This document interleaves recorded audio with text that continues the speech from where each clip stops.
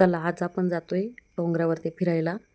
तर हे आहे आमच्या घराच्या वरच्या साईडला असलेली टेकडी, जी शिंदोळे डोंगराच्या पायथ्याला आहे आणि त्या टेकडीचं नाव आहे टिवई. तर म्हटलं आज घरी बसण्यापेक्षा आहे ना थोडंसं फिरून येऊ, कारण ऊन पण पडला होता. आणि ही आमची गँग आहे.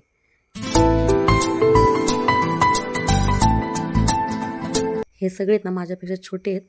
आता मी दिसायला भक्कम आहे म्हणून मला घेऊन चालेत, पण ह्यांना कोण सांगणार माझ्या इतकं भित्र कोणीच नाही. वरती टेकडीवर आहे ना चढायला खूप जास्त आहे, त्याच्यामुळे सोबत पाण्याची बॉटल ठेवायची. आता ही आमची मजबूत गँग आहे ही गावाकडची, त्याच्यामुळे पाण्याची बॉटल कोणीच नाही घेतली. कारण झाले असं ना सकाळी ऊन पडतो 12पर्यंत, त्याच्यानंतर पाऊस आणि चढायला खूप जास्त आहे, त्याच्यामुळं पाण्याची बॉटली सोबत आणा जे कोणी फिरायला वगैरे येतात ते. आता तुम्ही म्हणत असाल की नुसतेच डोंगर चढणार आहेत का, तर नाही, वरती दोस्ती लेकवड म्हणून हॉटेल आहे, तर ते पण फिरायचे. वरती जातोय आपण. चढायला खूप जास्त आहे इथं, वरती पायऱ्या आहेत पण इकडनं दगड वगैरे असेच आहेत. आणि जाताना आजूबाजूला आहे ना बघत जायचं, नुसतं चालायचं म्हणून नाही चालायचं, कारण आपल्या जंगलामध्ये बिबट्या पण आहे, त्याच्यामुळे जाताना आजूबाजूला बघतच जायचं. ज्या वाटेने आपण चाललोय ना तिथे रिकामं चालायला पण एवढं जीवावर येतं ना. पण विचार करा, वरती जे रिसॉर्ट आहे ना तिथे काही आपल्या गावातलीच काही मुलं आहेत कामाला, तर ते लोक ना सिलेंडरच्या टाक्या वगैरे भरलेल्या डोक्यावर उचलून घेऊन जातात. आता जे ह्या वाटेने आले, ज्यांना माहिती वरती हे रिसॉर्ट गेलेले आहेत ना, त्यांना माहीत असेल की किती जड जातं वरती जायला. तर कस्टमर जर आले ना त्यांची बॅग वगैरे खाली आणणं वरती नेणं पण हे लोक करतात. आता कसं असते ना, जबाबदारी पडली ना की ते करावंच लागतं. ठसा उमटवून बघत होतो पण ते भिजल्यामुळं काय उमटलं नाही. आता हे ना पेरूसारखं फळ आहे, पण कशाचं काय माहिती, माहीत असेल तर कमेंट करा कोणतं झाड आहे सांगा. इथून आहे ना इतका छान नजारा दिसत होता ना, पूर्ण इकडचा एरिया दिसतो. अजून वरती जो सेल्फी पॉईंट आहे ना तिथून तर पूर्ण सगळा इकडचा भाग दिसतो, खूप छान दिसतंय. मग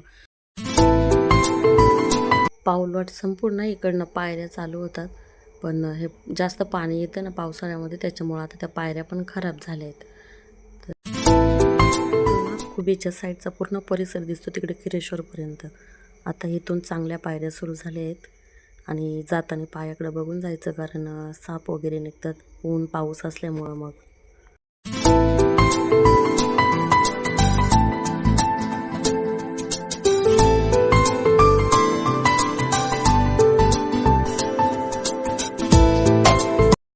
हा बघा रानटी कढीपत्ता, तर हा कोणी लावलेला नाही आहे. कढीपत्त्याच्या बिया वगैरे पडतात ना, काय पण खारीताई वगैरे खाते किंवा पडतात, त्यातून तो उगवलेला आहे.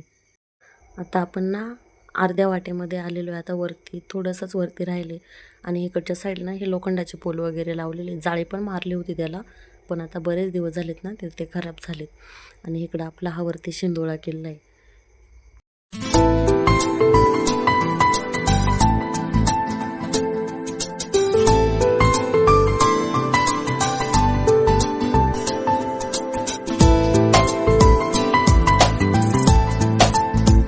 आणि हा आपला सेल्फी पॉईंट, जिथे सेल्फी पण काढू शकता. आणि इकडनं पूर्ण माळशेज घाटापासून तर याळखिंडीपर्यंत म्हणजे कारंजाळे वगैरे सगळं दिसतं ह्या पॉईंटवरून. इकडे हा पूर्ण खोबीगाव, डावकरवाडी, बाकीच्या भाड्यांची नावं नाही व्हायला माहिती, पण पूर्ण दिसतात तिकडनं ते. आणि हे आपलं पिंपळगाव जोगा धरण. अजून इकडं एवढं वरती जायचं आहे आपल्याला.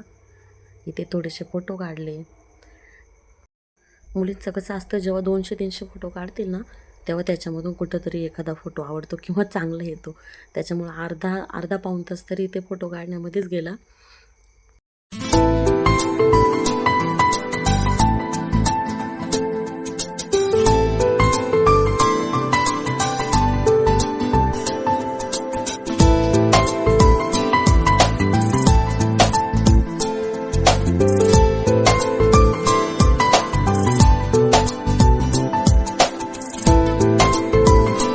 हे बघा, म्हणून ना पायाकडे बघून चालायचं.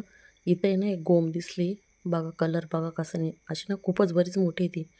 तर घरातली गोम जी असते ना काळी किंवा तपकिरी रंगाची, ती जास्त विषारी नसते, पण ही असली गोम आहे ना खूप विषारी असते.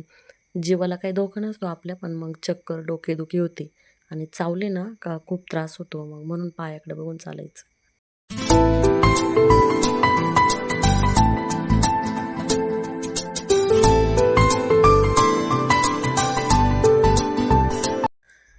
ह्या फुल झाडाचं नाव काय माहिती काय, पण फुलं एवढी छान आहेत ना,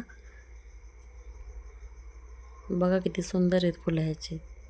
आता आलोय आपण वरती, थोडंसंच वरती राहिले, पायऱ्या तिथून सगळ्या सिमेंटच्या वरती जायला.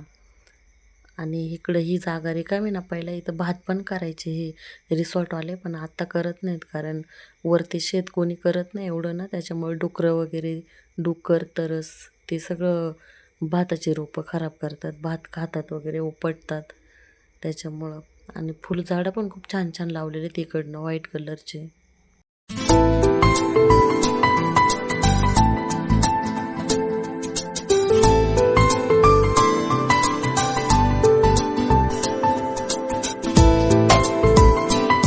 कसलं सुंदर स्विमिंग पूल आहे बघा. जेव्हा येसाल ना तेव्हा नक्की याच्यामध्ये पोहायचा आनंद घ्या. तर इथं हा जो दादा उभा आहे ना, त्याला म्हटलं इतकं पाणी असताना पण तू का असं रिकामी बादली घेऊन उभं राहिलंय, तर तो म्हटलं तुझ्या कामाशी काम ठेव ना. तसंच आपण पण ना दुसऱ्यांकडे लक्ष न देता आपल्या आयुष्याचा आनंद घ्यायचा. आता ताईसाहेब इथून निरीक्षण करतात ते की खाली कोण काम करते कोण नाही करत शेतामध्ये. हे आहे पिंपळगाव धरण. तर हे धरण ना पुणे जिल्ह्यातील जुन्नर तालुक्याजवळील कुकडी नदीची उपनदी आहे ना, पुष्पावती नदी, तर त्या नदीवर बांधलेले हे मातीचे कृत्रिम तलाव आहे धरण थोडक्यात. जे पुण्यापासून फक्त 111 किलोमीटर आहे आणि मुंबईपासून 143 किलोमीटर पूर्वेस आहे. तर हे धरण बांधण्याचा मुख्य उद्देश सिंचन होता. 1999मध्ये हे धरण बांधण्यात आले आणि हे धरण ना पूर्णपणे महाराष्ट्र शासनाच्या मालकीचे आहे. तर ह्या पिंपळगाव जोगा धरणाच्या बॅकवॉटरमध्ये ना स्थलांतरित विदेशी पाहुणेत ना, जे फ्लेमिंगो, ते पण पाहायला भेटतात, म्हणजे फ्लेमिंगो पक्षी. तर जी रिकामी जागा झाली ना मध्ये, तिथे आले होते हे, पण तिथं जाणं आता आम्हाला शक्य नाही त्यामुळे शूट नाही केलं, पण इथे आले होते ते फ्लेमिंगो पक्षी. तर खूप मोठ्या संख्येने पाहायला भेटतात ते. हे खाली जे दिसतंय ना अगदी, तर ते आहे साज हॉटेल. तर इथे तुम्ही स्टे पण करू शकता आणि ट्रेकिंगसाठी इकडं वरती येऊ शकता टिवईला. तर गाईड पण येतात तुमच्यासोबत. आणि हा जो दिसतोय ना खाली रस्ता, हा जुना रस्ता आहे शेवेच्या वाडीला जायचा. पाणी खाली गेल्यामुळे आता दिसतोय तो, नाहीतर पाऊस होतो ना, जेव्हा पाऊस वरपर्यंत भरतं तेव्हा तो पूर्ण बुडून जातो तो रस्ता. आता धुका असल्यामुळे ना तिकडच्या साईडची गावं नाही दिसत आहे, डोंगराच्या साईडची. पूर्ण तिकडं पिंपळगाव जोगा वगैरे दिसतं इकडनं ह्या लोकेशनवरून. पूर्ण समोरची गावं अगदी माळशेज घाटापर्यंत सगळा परिसर दिसतो हा इकडचा.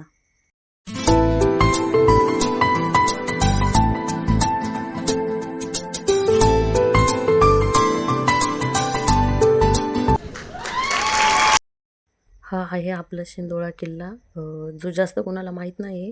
गिरिदुर्गामध्ये मोडतो हा, आणि पूर्वी ह्याचा वापर ना हेरगिरीसाठी केला जायचा, कारण माळशेज घाटाचा पूर्ण परिसर दिसतो वरून, आणि तिकडच्या साईडनी चावंड किल्ला वगैरे तो पण परिसर सगळा दिसतो. त्याच्यामुळे पूर्वी त्याचा वापर ना हेरगिरीसाठी केला जायचा. इथे राहण्यासाठी ना रूम पण आहे, त्याच्यामुळे ना 1 डे स्टेसाठी पण येऊ शकता तुम्ही. नक्की या लोकेशनला भेट द्या आणि फिरायला या. इतकं छान अप्रतिम दृश्य दिसतं ना इकडनं. बघा, माणसाला ना आवड पाहिजे खेळायची, भले मोठे का असत नाही, लहान मुलांचं खेळायचे पण मोठे पण खेळतात त्याच्यावरती.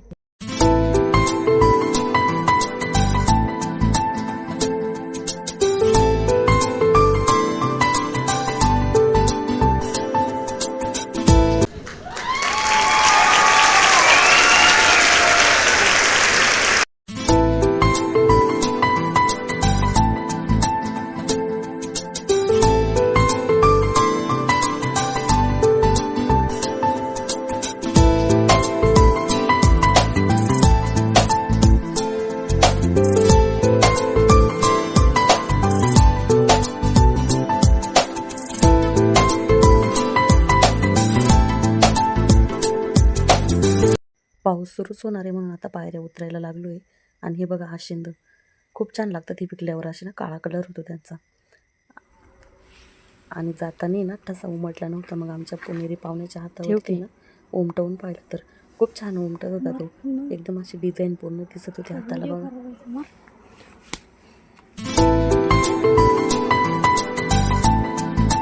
What?